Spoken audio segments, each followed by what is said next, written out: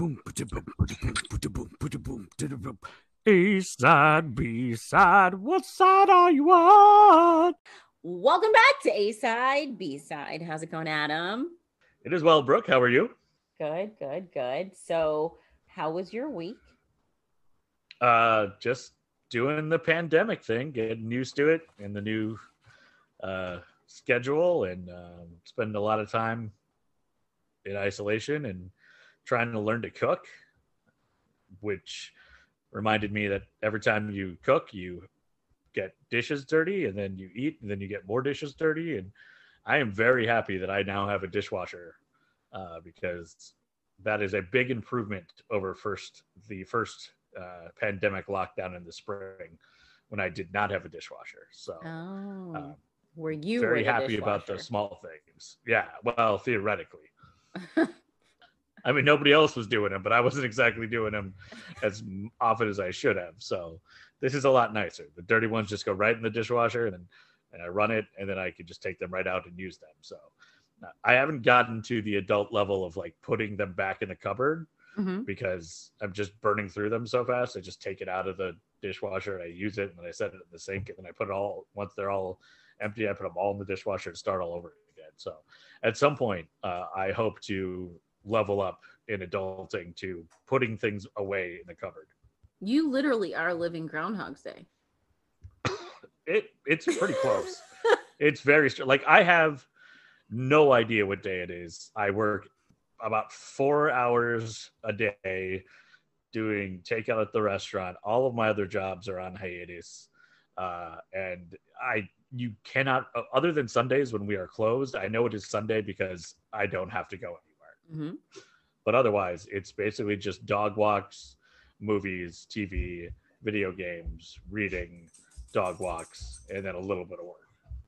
But so, yeah, there is no differentiation. Don't you dare jump into your A side. I'm just asking you a question. No.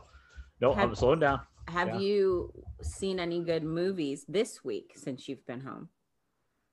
I finally watched The Old Guard on Netflix. Oh, what'd you think? I enjoyed it. It's very much an action, flick. But there's a lot more story to it than I was expecting. Charlize Theron is incredible as always. Somehow she is both extraordinarily believable as just being an immortal warrior who's a complete badass, and also incredibly beautiful at the same time. So she can pull both of those off, and it seems very authentic. So that's fun. So you can't hurt there. And then my dog is joining the podcast right now because she has decided that she wants to eat the microphone. So if you hear a lot of heavy breathing, please know that is my dog and not me. Sure. Blame it on Lorelai. Sure. Yeah, that's right. And then I also rewatched, I don't know if you remember, and I had kind of forgotten about it, but it popped up in my like suggested movies. But the 2001 Van Helsing with Hugh Jackman as the vampire hunter, and a very young Kate Beckinsale is in it as well. And it was just like really over the top. It was, super, like they took all of these monsters and put them all in the movie as well. And it was just definitely like came out after Blade and that sort of just like that era of action movies where it was just like, how many bad guys can we put in here, and how many stunts and special effects, and everybody's got a gadget thing, and it was really over the top.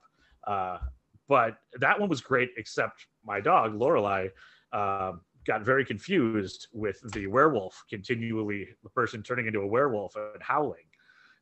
So we actually had to take a break because at one point she started howling back at the TV, and I wasn't really sure where that was going to go. So I thought I'd just kind of take that away. We watched a little NCIS instead to get her to calm down, because there's no werewolves in that one. So I think I have to avoid werewolf shows with my dog. So yes, that was a big thing I learned this week. I got to binge over the weekend. I watched Freaky which if you have not Oh, seen the previews for it, it's basically Freaky Friday, but a horror movie. yeah. Is that a Bloomhouse production? It is. And and Okay, it's also, I think, the same director that did Happy Death Day and Happy Death Day 2. right. And that their Invisible Man movie looked really interesting. Not my style because scary, but the way that they were doing the Invisible Man is sort of an abusive relationship take was really It interesting. was This definitely is excellent. Invisible the Man Invisible was Man. amazing. Yes, it was Oh, really good. it looked like it had a lot of potential, and this one definitely is going to be a little different from the Lindsay Lohan, Jamie Lee Curtis Freaky Friday, which is more my style. Mm-hmm. This one looks a little bit more a little more aggressive. I don't want to give any spoilers, but if you've seen the previews, you know who the slasher is. Yeah, And I will say, normally Vince Vaughn comes off as kind of gooberish sometimes, yeah, he's kind of made like that's kind of been his thing. but he does a very, very good job in this movie. It was very enjoyable. I liked it way more than I was expecting to. But again, I enjoyed I liked Happy Death Day more than I thought I would. I really enjoyed Happy Death Day 2. So I went into it like, well, I mean, those were all right. So how bad can this be? And it was actually really good. I also saw These kind of go a little bit more of they're not like spoofish, but there's a little bit more of dark humor comedy. yes. Yeah. Yes. They're not, I don't know that I really had any big jump scares in it. Like you said, it's the more dark comedy. Now, it is still a slasher film. So you do need to keep that in mind. Yeah, because I won't be watching that. No. But it was really good. I was pleasantly surprised. But then again, Blumhouse knows how to do horror. So yeah, they've kind of revitalized like the low budget horror movie genre with still making it like adding something new. Yeah. Also watched Fat Man, which is Mel Gibson. If you don't know, if you haven't seen it, it's Mel Gibson as Santa Claus, and a really rich, spoiled kid doesn't get what he wants. This is the premise, so it's not a spoiler, but he doesn't get what he wants for Christmas. So he hires a hitman to take out Santa, who is Mel Gibson. Yeah, obviously. I mean, why spend the money on buying what you want for Christmas when you could just hire a hitman? Right. Why be like the richest kid in the world and just buy it instead of just using that money to take out Santa Claus? Yeah. Makes sense, right? I mean, like Richie Rich doesn't make a lot of sense. It was exactly what you would expect. Yeah. Take that how you want. I've seen the previews. Yeah. It looks like it kind of had like a bad Santa vibe to it too, because it looks like Mel Gibson is sort of like grumpy, disgruntled Santa. Mm-hmm. So. Yeah. So go into it with whatever expectations you want, and you'll probably have them met. It's fair. It's fair. I also got the chance to binge the new Selena series on Netflix. They're doing it in several parts. And so they released part 1, which is 9 episodes. So it's the start of Selena, it's from her childhood and how the band with her family, Selena y los Dinos, forms, and it's the beginning of their rise.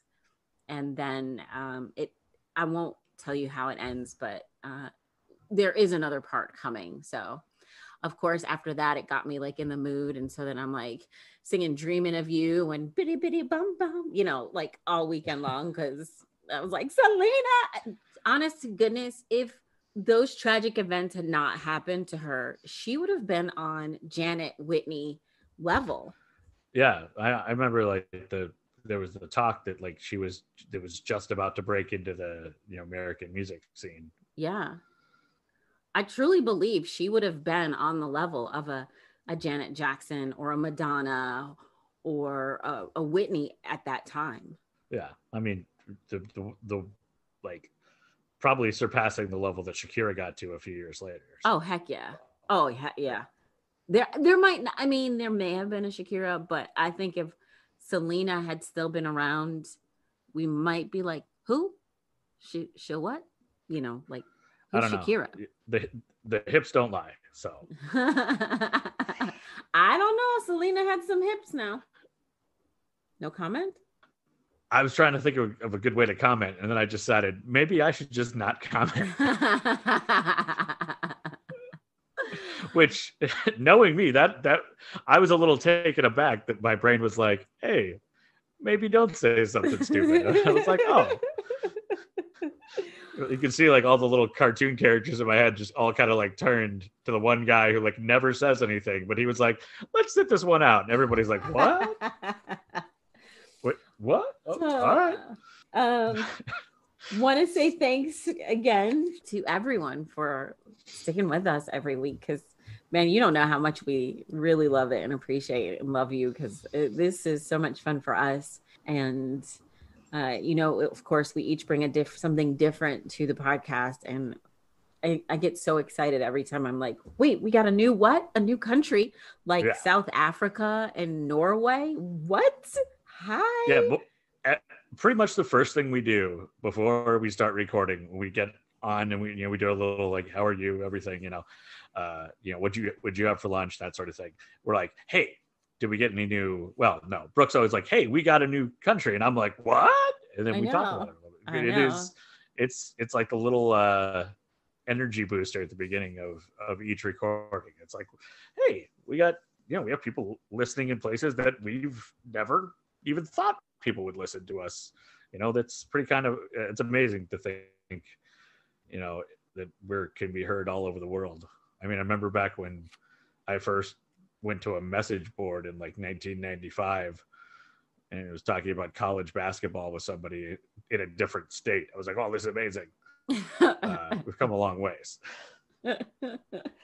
Also, shouts out to Greenville, North Carolina, also Knightsdale, North Carolina. Thank you. Upland, California, Los Angeles. What? I want to go shopping in Los Angeles. Do a little. Well, California's all shut down, so they got some time to binge some podcasts. That's true. We have now, as of this one, 22 that you can binge. So we're here for you. That should get you through at least a day and a half. Also, have we ever shouted out Pompano Beach, Florida? It's my favorite beach in Florida, so I don't know why we wouldn't. Ooh, you shouldn't say that, because what if we get some more beaches? Then now you've put yourself in a corner. Well, remember that guy in my... I don't even know where that beach is. I like every beach in Florida equally because they're beaches. But the guy who earlier told me not to say something, that was like his one chiming in my brain for the day. He's on break now. So we could be in trouble. His feet are up on the desk. He's probably snoring. So we're not going to get any more of that, common sense, good choice. He's swiping through Tinder like, yeah, whatever, dude. Yeah. He's wearing one of those like old hat, like security guard hats. He's got it pulled down over his eyes, and he's just like asleep, like a 15-year-old Maxim magazine sitting on his desk or something. So. Oh my goodness.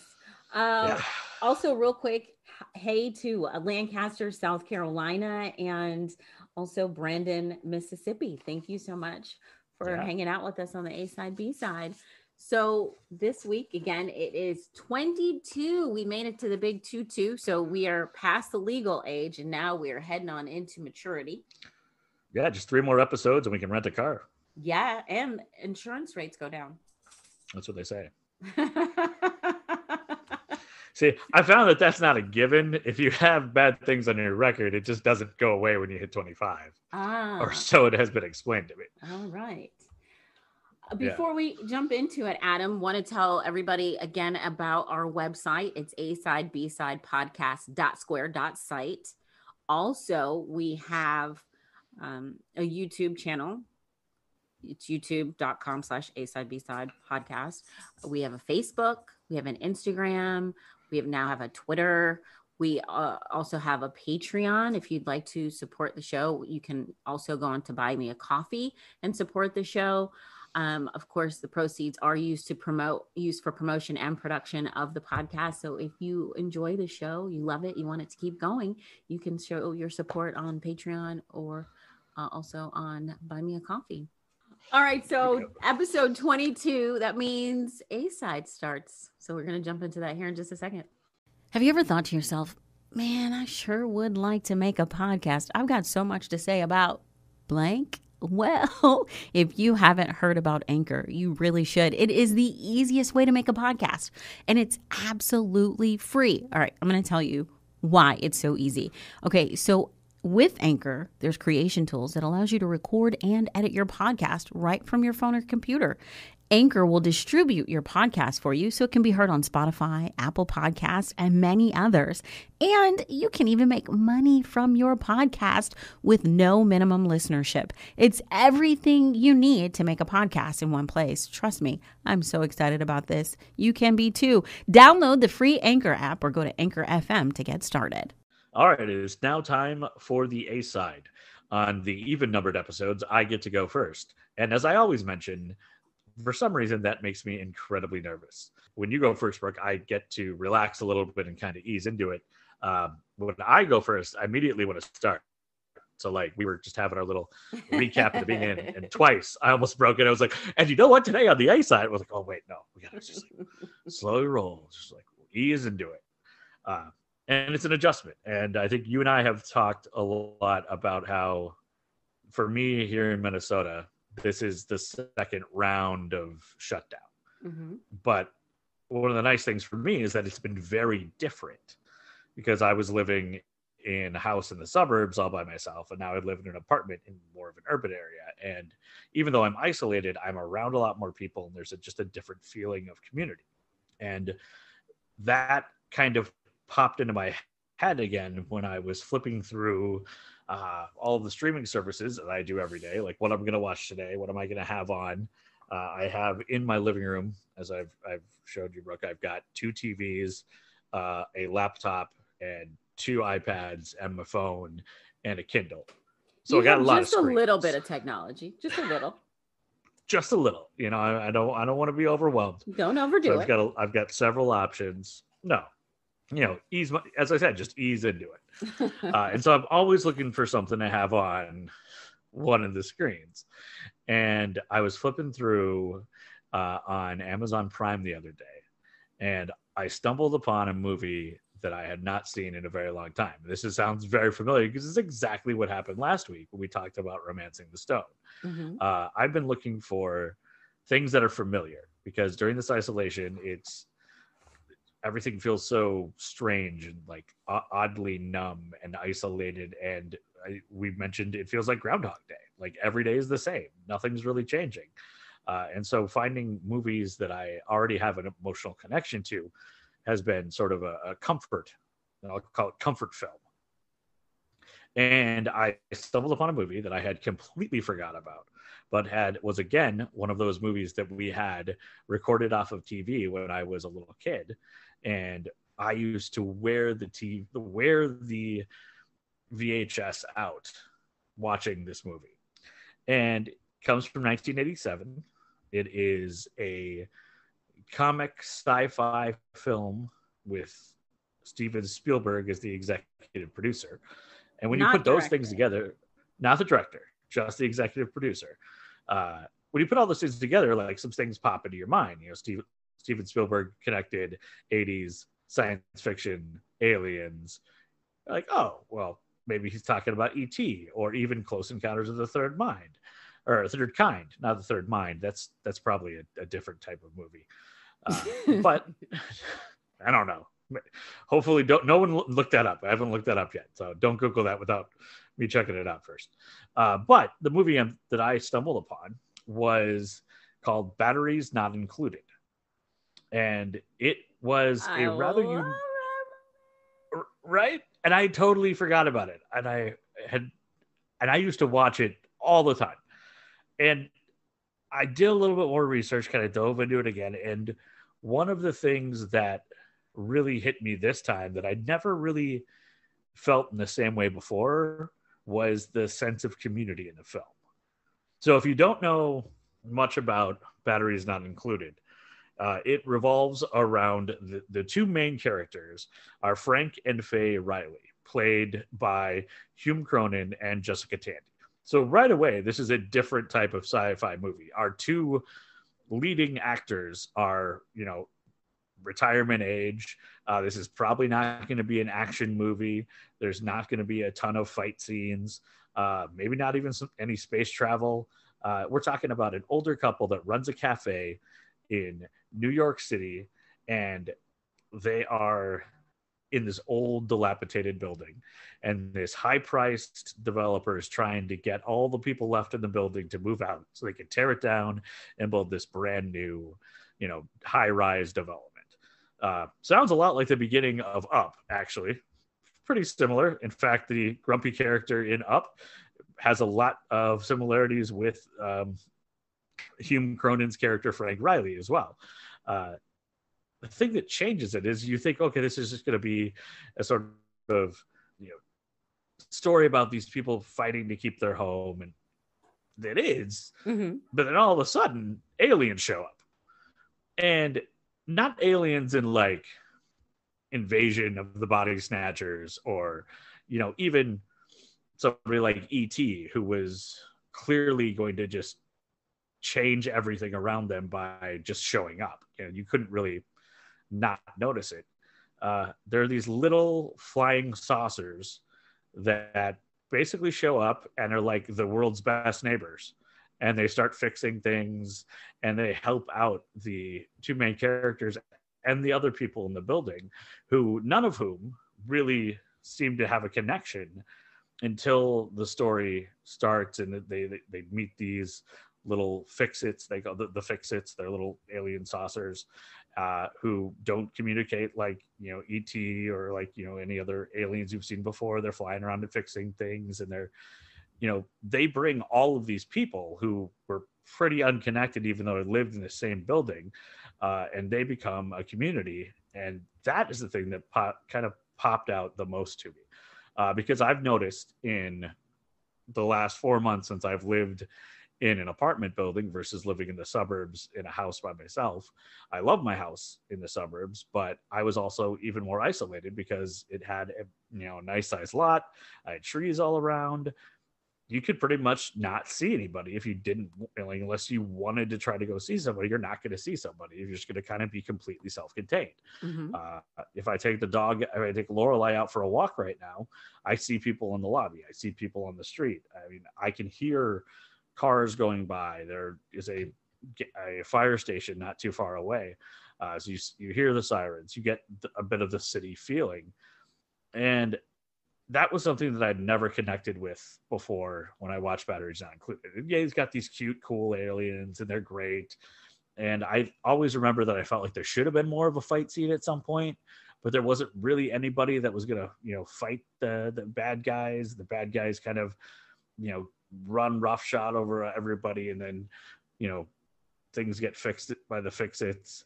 There was never this big climactic fight that I thought there was going to be, but it was about this community that just kept kind of getting through and bouncing back and fixing little things and being there for each other and being supportive, whether it was, one character is an artist and it doesn't feel like it's going well, and another is a single mom who's about to have a baby. And then you've got a retired boxer who is not really part of the community because he may have some damage from his boxing career. And all of these disparate characters come together in this really charming and heartwarming story that kind of, there are no, unfortunately, not yet, there are no little flying saucers at my current apartment building. But are you sad? It's also nice that I'm a little sad about that. I mean, I'm just saying, if next week we find out that like somebody is listening outside of the world and they want to come, fix something up in my apartment building, I'm actually in pretty good shape. It's a new building, so I really don't need a lot. But if they just want to hang out, like I said, I got a lot of screens, so that would be cool.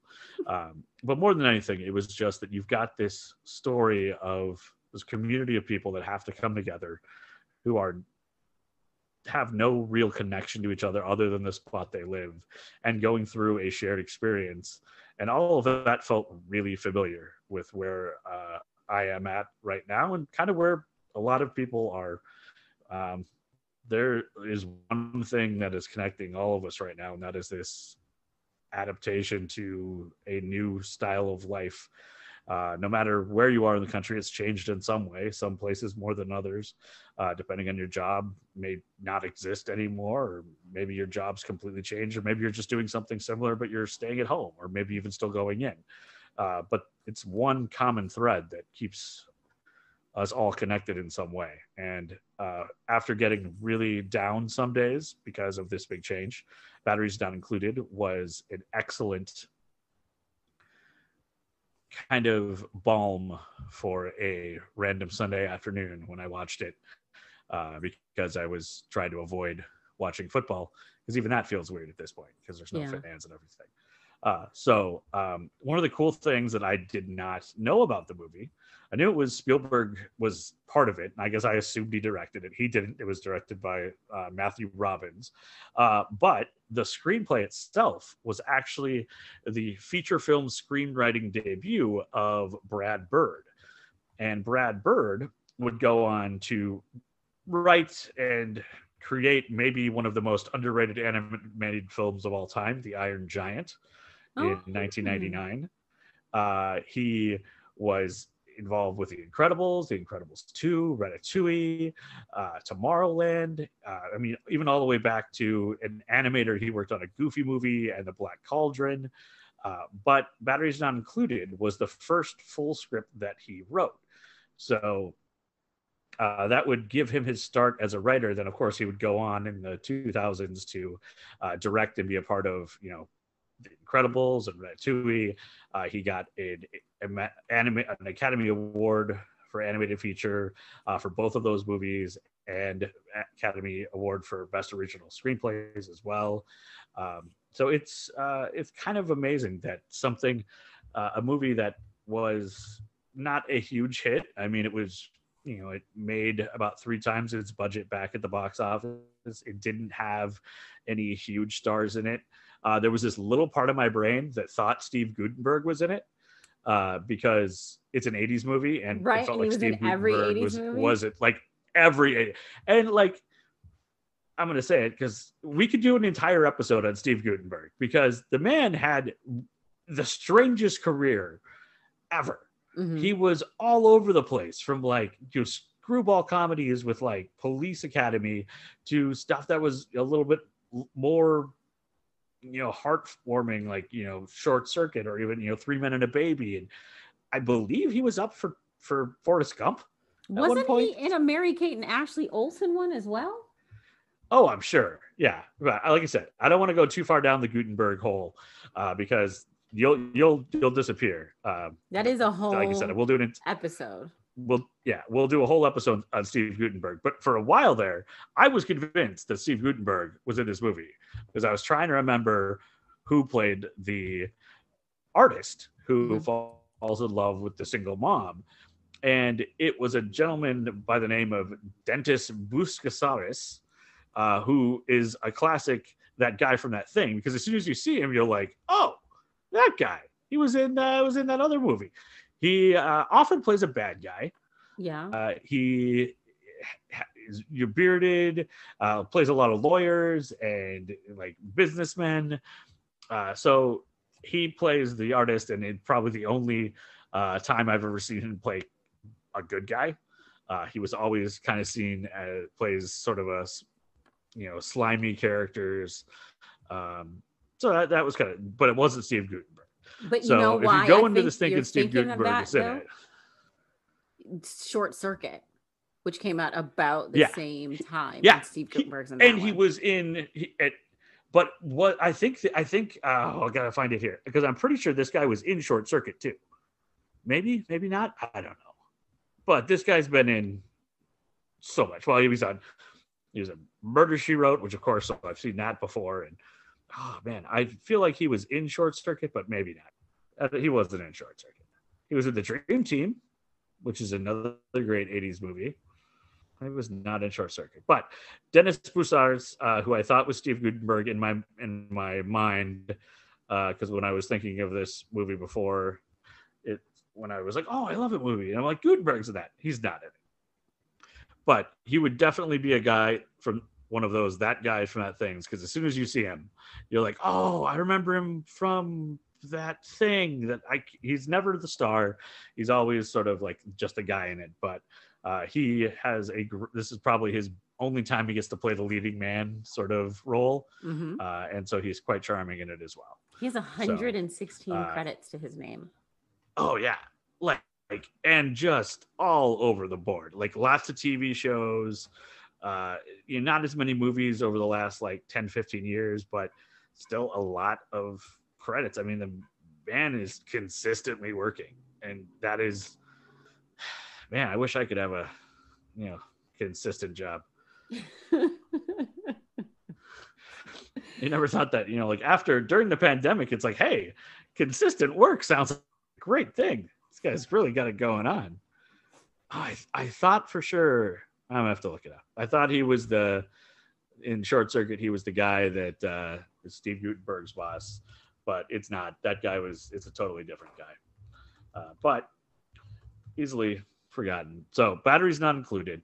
An incredibly charming, lovely movie about aliens, but more about community and real estate speculation in New York in the 1980s. But Jessica Tandy and Hugh Cronin are amazing. Jessica Tandy plays a woman with dementia who's struggling about remembering if her son is still alive, and that factors in quite a bit. So if you're looking for something heartwarming and not too heavy and has a little bit of fun, cute aliens and will make you feel a little bit better about the people who live next door and their potential, then go check out Batteries Not Included. Highly recommend. Real quick side note about Jessica Tandy, because she was also a big, like, in everything. If they needed like a grandma or an older lady in an 80s movie, it was Jessica Tandy.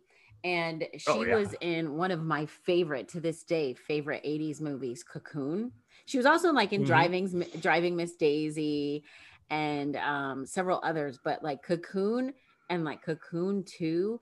And I love Cocoon, and I just think it's a great, fun movie. And I think it's one of those that I look so fondly on it because I remember going to the movies with my mom, and my mom and I had such a good time, and we were like talking about, I can just remember talking about the older people when they got in the cocoons and they felt young again, and like we laughed and joked about that. But I absolutely love Cocoon with, of course, Jessica Tandy, and it also had her husband in both of the Cocoons. Hugh Cronin is her husband, who is also in Batteries Not Included. They definitely, it was like, let's take a little bit of this natural chemistry that works so well in Cocoon and is real because they're married, right? And kind of build the entire thing out, on that foundation for the entire play. Also, she wasn't just a 80s older lady.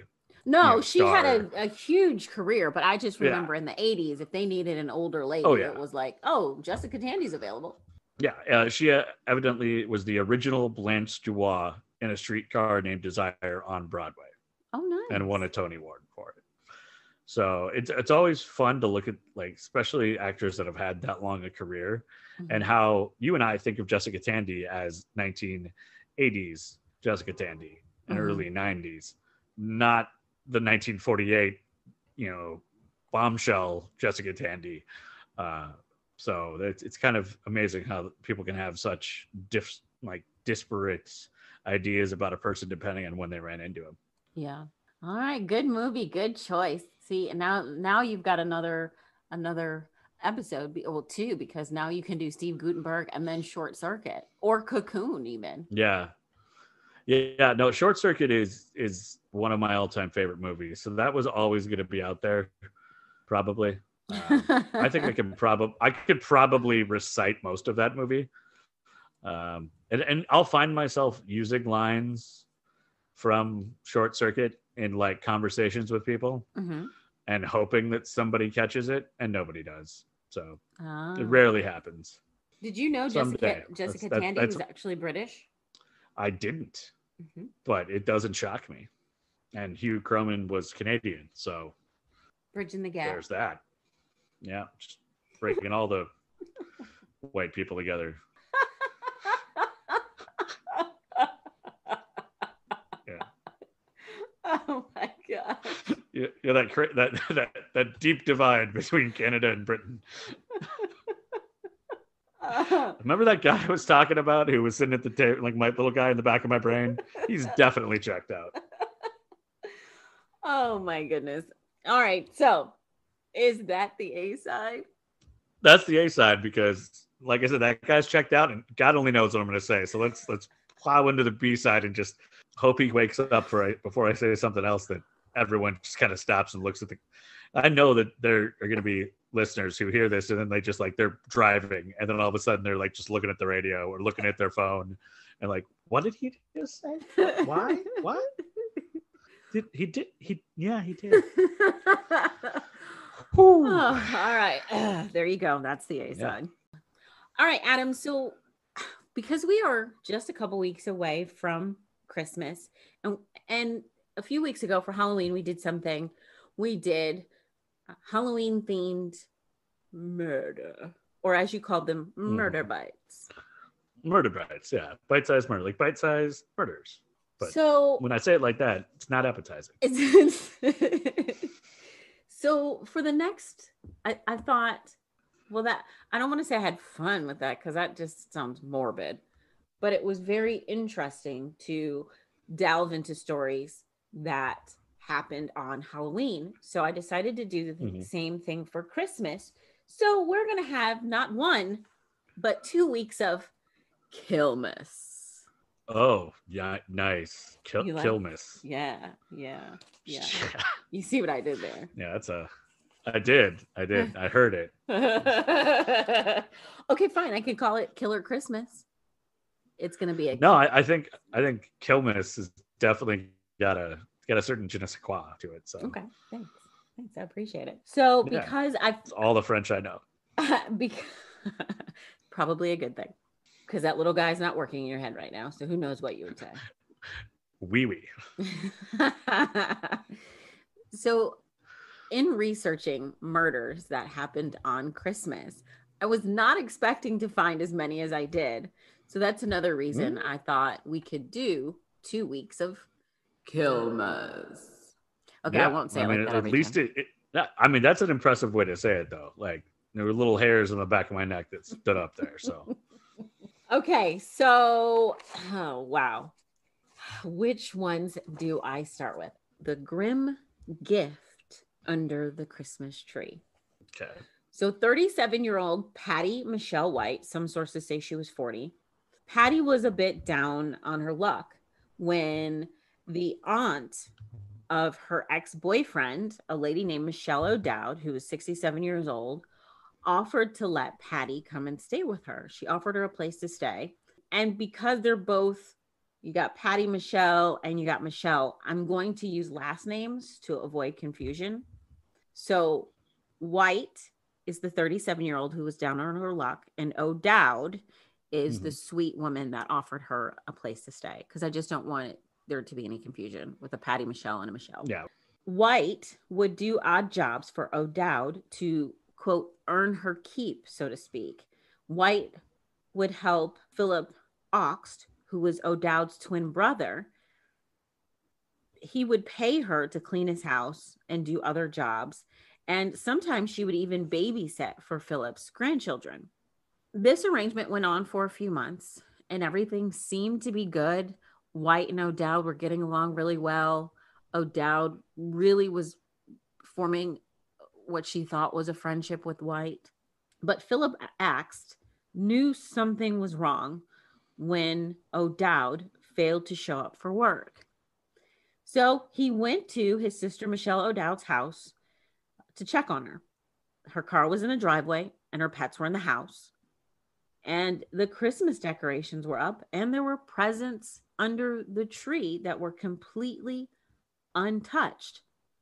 Now remember, this is Killmas. Kilmas. So it's Christmas Day. Right. So for presents not to be opened on Christmas Day, a little strange, right? Yeah, I mean, every family does it differently. Maybe they're waiting until after lunch.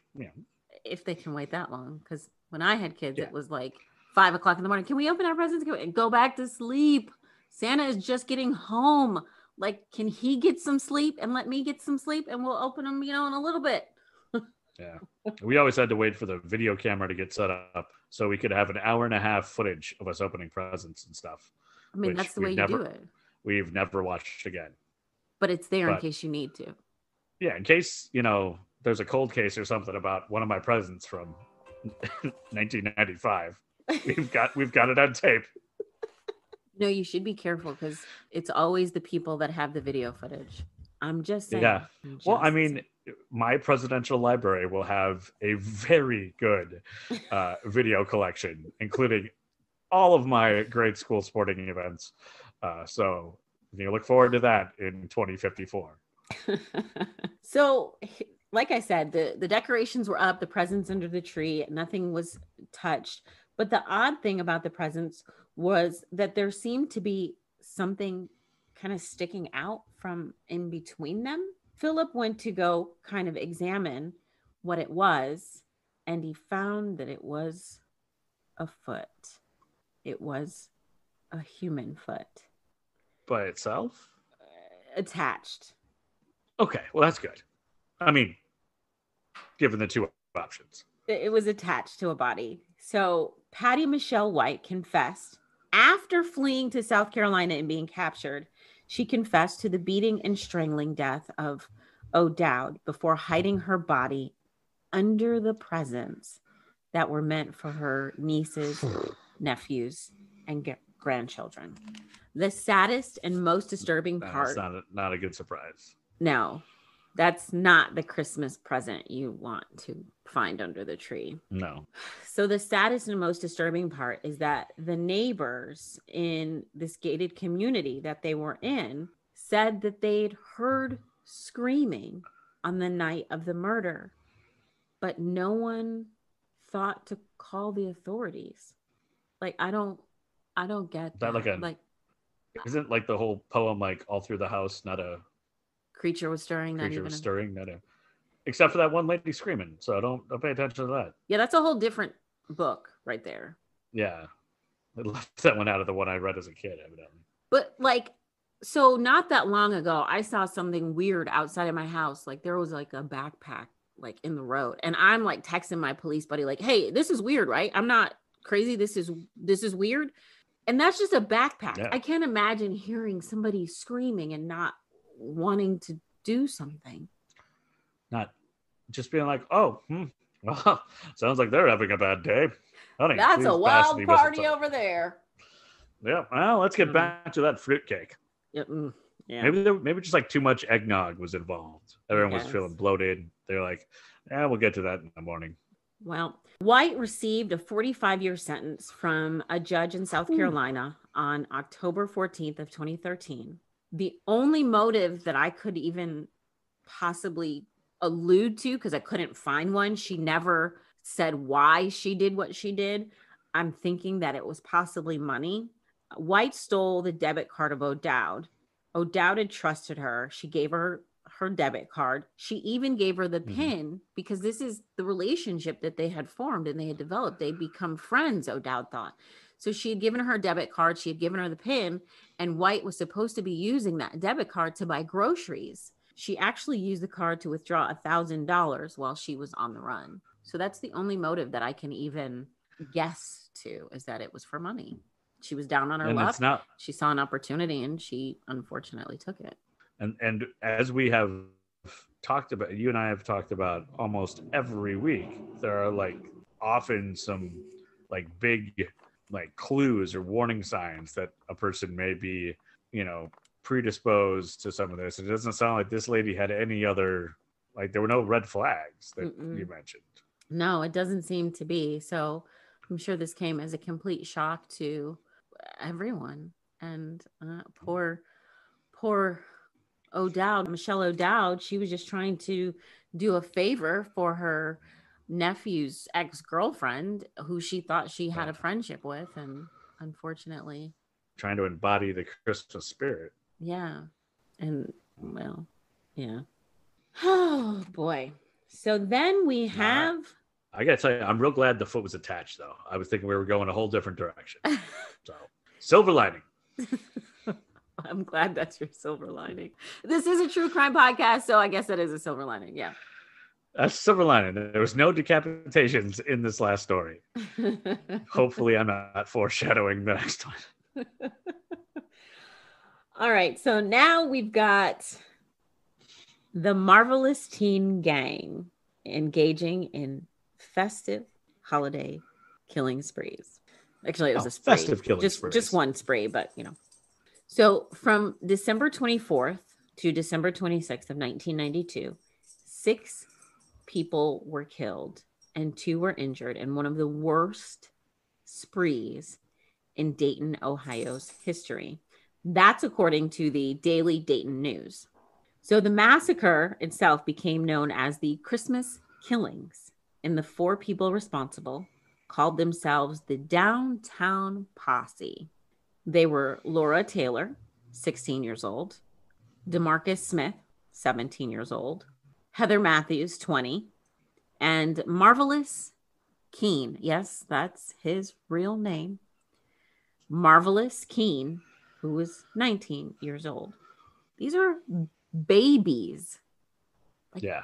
What are you doing? Like, you can't be normal teenagers. And I mean, if you have to go do something wild and stupid, go tear down a stop sign. I mean, I'm not advocating that. I'm just saying, you know. Yeah, no, we're big fans of stop signs. So. Right? I mean, come on. Really? So how did all this start? Well, okay. So basically it started as it was supposed to be like a robbery spree. The gang's first victim was shot to death on December 24th inside their home. Again, it was supposed to be a robbery, but things just kind of went awry. And Marvelous, who was the gang leader, he got paranoid about snitches. Right. So Marvelous got paranoid about what he thought were snitches. And of course, a robbery turns into murder. The gang was arrested on December 26th. Laura Taylor, DeMarcus Smith, and Heather Matthews are all serving life sentences for the murders. Marvelous Keene was convicted in 5 of the 6 killings and sentenced to death. Now remember, 19 years old. Mm-hmm. No matter what your feelings are on the death penalty, 19 years old. What went wrong in these kids' lives that at 16 and 17 and 19 and 20, they thought murder was the answer? Well, I mean, I've never participated in a murder spree, but we've all been in situations where things started to get out of hand. And then once they start to get out of hand, then you start doing things to cover up the out of hand. And then now you're, several steps past out of hand, and you're not sure how you got there. So you got to think maybe this is one of those things where it started, and then once you've got that ball rolling, and now you're kind of out of control. Well, Marvelous Keene, again, was sentenced to death, and he was executed on July 21st of 2009 for his central role in the Christmas killings. Marvelous actually became a few years. It took like 17 years. Wow. Yeah. I can't imagine knowing and having that like sit on you for years and years and years. Yeah. That's its own type of sentence. I would assume the law and courts do not often move quickly, but it's its own kind of punishment, I think, as well. Knowing that whole time you're just waiting to flip the switch. Yeah, that's wild. Marvelous actually became the 10,000th American to be executed in the country since the death penalty was reinstated in 1976.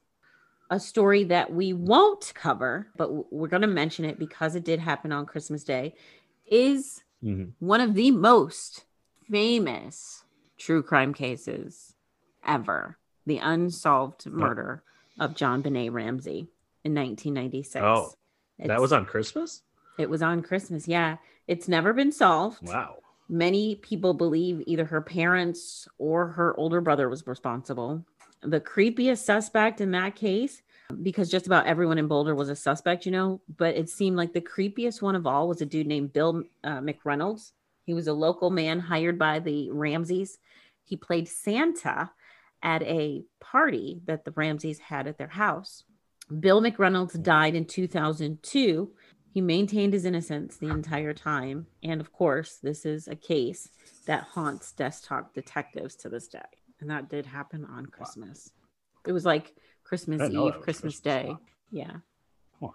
All right. Are you ready for this one? Are you ready? Yeah, there was no silver lining in that one. So. No. A Christmas Rampage. On December 28th of 1987, Ronald Gene Simmons, who was a retired military serviceman, he had served in the Navy and then the Air Force during his 20-year career. He was actually awarded with several medals. So a very decorated, very respected military guy. Mm-hmm. He walked into a law firm in Russellville, Arkansas, and fatally shot receptionist Kathy Kendrick. Ronald had been infatuated with Kathy, and she rejected him on multiple occasions because, you see, Ronald was married. Mm-hmm. Yeah, that's usually that's a big hill to get over. Yeah, in the dating scene. Yeah, not everybody believes in dating a married man, but I guess Ronald wasn't okay with that. Yeah. So then Ronald leaves the law office and he goes into the office of an oil company and shot 2 executives, killing J.D. Chafin and injuring the owner, Rusty Taylor. Ronald, not done with his festivities yet, he leaves the oil company and then he drives to a convenience store that he used to work at and he shot 2 more people. Fortunately, both of those people survived. For his final act, he went to the Woodline Motor Freight Company where he shot and wounded a woman he didn't know. He then sat down in the office, chatted with one of the receptionists, and waited for police to arrive and arrest him. When authorities came on the scene, he, without a fight, no hesitation, handed over his weapon and surrendered. Here's the thing. The 6 shootings, the 2 fatalities, that wasn't the beginning, but the end of his holiday havoc. Ronald made the 12 days of Christmas into the 6 days of Killmas. Yeah, I did it. Oof. I did it again. I know. That's all right. No, it's a good word. Merriam-Webster's already writing it up there like Killmas. That's going in. It's when you kill on Christmas. It's Killmas. Just put them right together. So on the morning of December 22nd, Ronald became what's known as a family annihilator. And it's basically what it sounds. The person that takes out their family. First, he killed his wife, Rebecca. And I'm just going to tell you that it's dirty. Like, it's deep. There's some secrets that were in this family that you're just like, whoa, Nelly. So first, Ronald killed his wife, Rebecca, and eldest son, Gene, by shooting both of them with a .22 caliber pistol. Next, he killed his 3-year-old granddaughter, Barbara, by strangulation. Ronald then disposes of the bodies by dumping them in a cesspit that he had forced his own children to dig.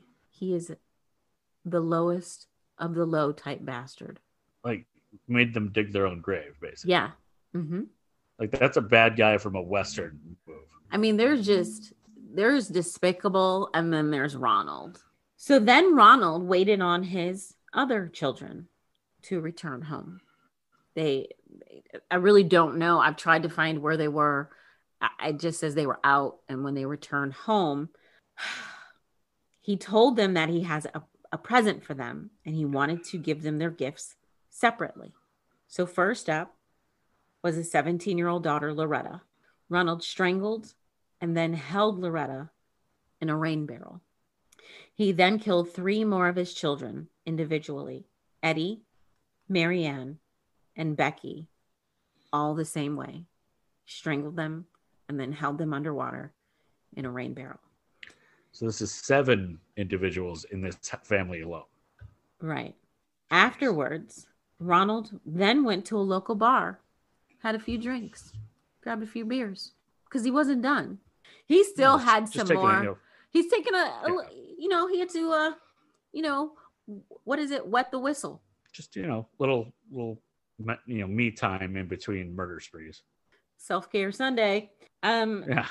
Can I just say that when we crack jokes, and I know we shouldn't have to say this, but when we crack jokes, we never crack jokes at the expense of the victims. It's always just the stupid, idiot, dumb people, the murderers. Never crack jokes at the expense of the victims, because the reason we're telling their story is because they do deserve their stories told. So I just want to put that out there. So after grabbing some drinks, Ronald heads back home. He goes to the bar for a few days. The bodies of his children were in his house for the next 4 days as he awaited the arrival of more family members. On December 26th, which is Boxing Day, actually in Canada, the first of his remaining children arrived, Billy and Billy's wife, Renata. Can you imagine Billy and his wife walking in? The surprise, the anguish, the shock that there had to be, like walking in the house and realizing what's happened. Ronald shot Billy and Renata, and then he strangled and drowned their 20-month-old son, Trey. Oh, next, Ronald shot and killed his oldest daughter, Sheila. Now, remember I said it gets dirty and deep and dark? I mean, besides the murder, obviously, because, Yeah. the 800 people he has murdered already, because apparently he's on a roll. Yeah. This is a big family. I think we're like 10 or 11. Yeah. Oh, yeah. Yeah. So his daughter, Sheila, who's his oldest daughter, he had actually sexually abused in the past. So he kills Sheila and her husband, Dennis McNulty. Sheila also had a child, not by Dennis. I'm letting that sink in. Yeah. So Ronald had abused Sheila, and it resulted in a child. So he then he strangled his daughter/granddaughter, 7-year-old Sylvia. His final family victim was 21-month-old Michael, who was also his grandson, who he also strangled. Ronald laid the bodies of his entire family in neat rows in the family lounge in the house. All the corpses were covered with coats, except for Sheila, who was covered with Rebecca's best tablecloth. Rebecca, again, was Ronald's wife. So she was covered with her mom's best tablecloth. The bodies of his 2 grandsons were wrapped in plastic sheeting, and left in abandoned cars at the end of the street. In total, he killed 16 people that Christmas. Ronald was sentenced to death 16 times. He refused to appeal his sentence. He said, "To those who oppose the death penalty, in my particular case, anything short of death would be cruel and unusual punishment." On May 31st, 1990, then Governor of Arkansas, Bill Clinton, signed his execution warrant. And on June 25th of 1990, he was killed by lethal injection, which was his personal chosen method. His surviving family members would not claim his body, and he was buried in a potter's field, which is also known as a pauper's grave or a common grave. So there you have the stories of Ronald Gene Simmons, the Marvelous Teen Gang led by Marvelous Keem, and the unfortunate murder of Michelle O'Dowd by Patty Michelle White, all over Christmas. Well, happy holidays, everybody. Happy holidays. Can we just like there? And I know I do this all the time, but there's this one thing that stuck in my head from that last story that I have to ask about. Mm-hmm. So you said at the beginning we were talking about his spree of going to various spots and shooting people, right? Mm-hmm. At the end, and I may have heard this wrong, but he shoots somebody at the last spot, and then he sits down and has a conversation with the receptionist. Yeah. Mm-hmm. Just after kill, like we're up to 16 people over the span of 4 or 5 days. Well, he didn't kill this person. He shot them and wounded them. Yeah, he walked into the Woodline Freight, the Woodline Motor Freight Company, and shot someone he didn't know. And then after shooting this woman, like, hey, how you doing? Pew, pew, pew. And then he sits down and just starts chatting up the receptionist, like, hey, how you doing today? How was your Christmas? What'd you get? Yeah, you get that new in the annals of history of all the horrible conversations and small talk that we've all been subject to at some point. That has to be the worst small talk ever. Dude, seriously. I just shot you. Now I want to talk and ask how your day's going. Serious. Or even like he shot someone else and then sat and talked to the receptionist. But imagine being the receptionist and you're like, what the? Yeah. You gonna shoot me too? Like, how's what do you say? How's the weather? I mean, yeah. So I guess you didn't get what you wanted for Christmas. Like, what do you say? Yeah. How did you, I mean, conversations are hard between strangers just generally, but how does that conversation?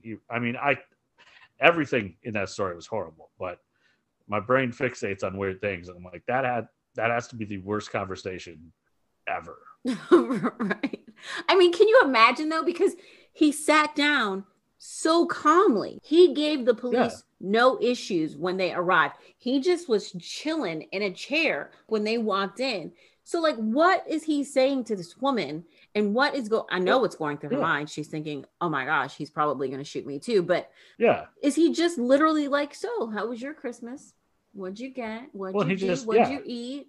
Did you have the family in?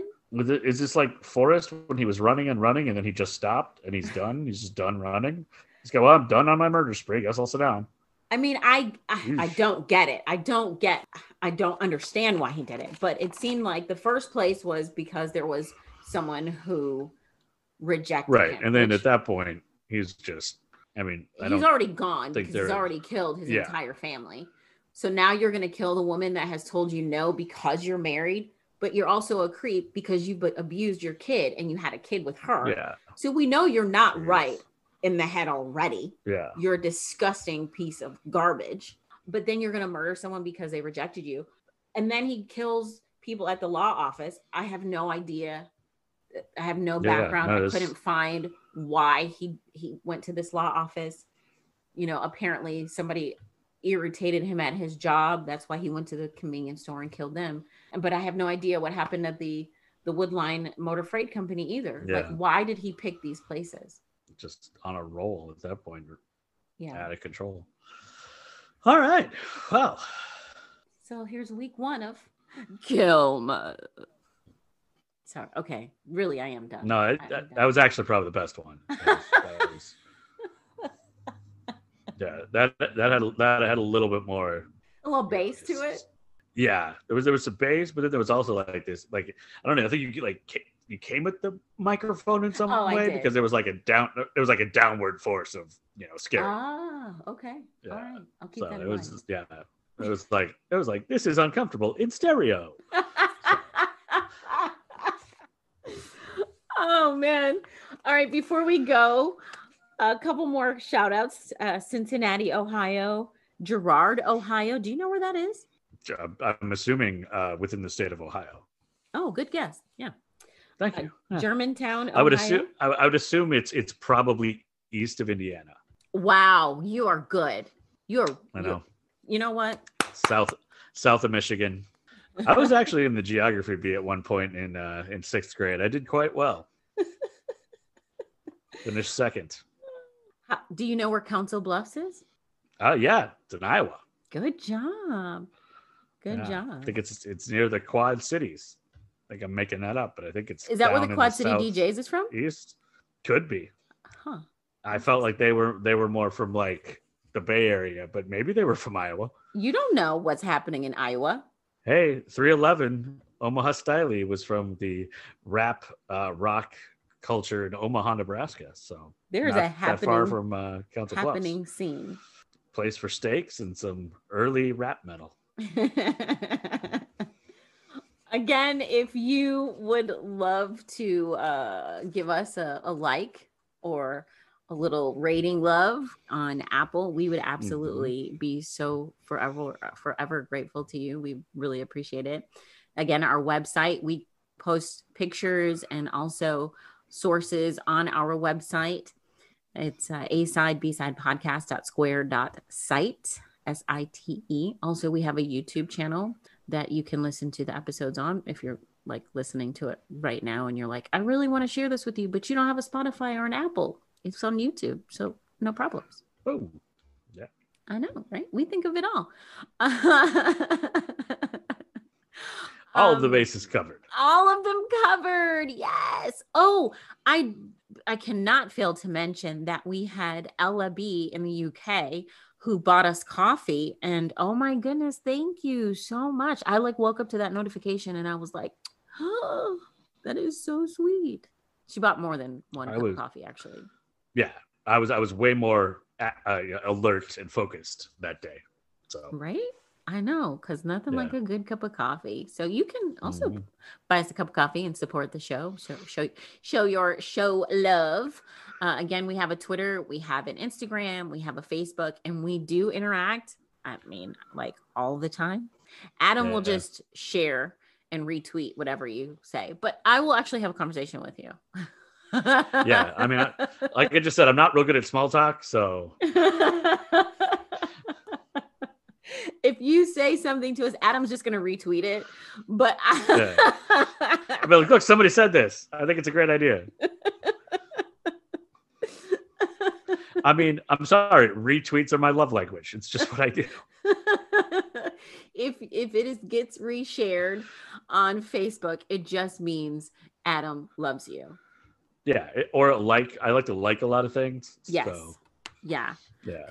And I learned that the hard way because I'm like, dude, I posted something and all you did was like it. You didn't even comment, and but I liked it. So I mean, I learned. But I liked it. That was the comment. It was like I like this. I like it. Like I didn't really feel like I needed to expand upon that. Also today, as of when this podcast comes out on Friday, a really cool thing is happening. There's a really cool site, Murder News. You can follow them on Instagram, and they also have a YouTube channel. We got to sit down and do an interview about the podcast with them. So that's going to be on their site. It's also going to be on their YouTube channel. If you are looking for true crime stories, like written stories, and also TV and book reviews, movie reviews, podcast recommendations, because, we're not selfish. We want to share the podcast love. Check out Murder News. They're a really cool resource and they really have some amazing stories. And I got to tell you, they're both really awesome. And they do some of the coolest videos, Adam. I got to tell you, they do some really cool stuff. So check out Murder News. I will definitely like it if I like it. All right. You got anything? No, I'm good. All right. I'm a little scared for next week. I don't know. My Christmas spirit is, I get all sorts of different spirits right now. Dark spirits. I did save some good ones for next week. Not that these weren't good, because I mean, you noticed a little buildup, right? Yeah, no, we guys, we got not a decapitated foot. Okay, silver lining, and then it got a little worse. Yeah. Have fun going to sleep tonight, Adam. Oh yeah, no, I'm gonna watch some, like cartoons or something. Little Phineas and Ferb, get my mind in the right spot. I love Phineas and Ferb. Oh, they're amazing. Hey, Mom, Phineas and Ferb, whatever again. They're very smart. I like them. Little Candace when she's always trying to get him in trouble. Yeah, but I mean, it's what big sisters do. That's true. Yeah, I'm a big Doofenshmirtz guy. And Perry the platypus. Oh yeah, Perry the platypus. What are you doing? Why are you doing that, Perry? Are you an evil platypus? That's not a bad Doofenshmirtz. I know. It's a platypus. calling me. All right, Adam. Thanks. Okay. I'll talk to you later. A man goes on a rampage with a samurai sword in Quebec City under the full moon on Halloween night. Two deadly women plot to extort a friend for money in a grisly Dexter-style murder plot in Portugal. Tune in to Murder News every Friday for the wildest true crime cases making headlines each week. Check out Murder News on YouTube and Instagram. Thank you for joining us for another episode of A-Side, B-Side Podcast. We really hope you enjoyed the episode, and if you did, we'd appreciate it if you'd head on over to Apple and leave us a rating or a review. And make sure you come back next Friday for another episode.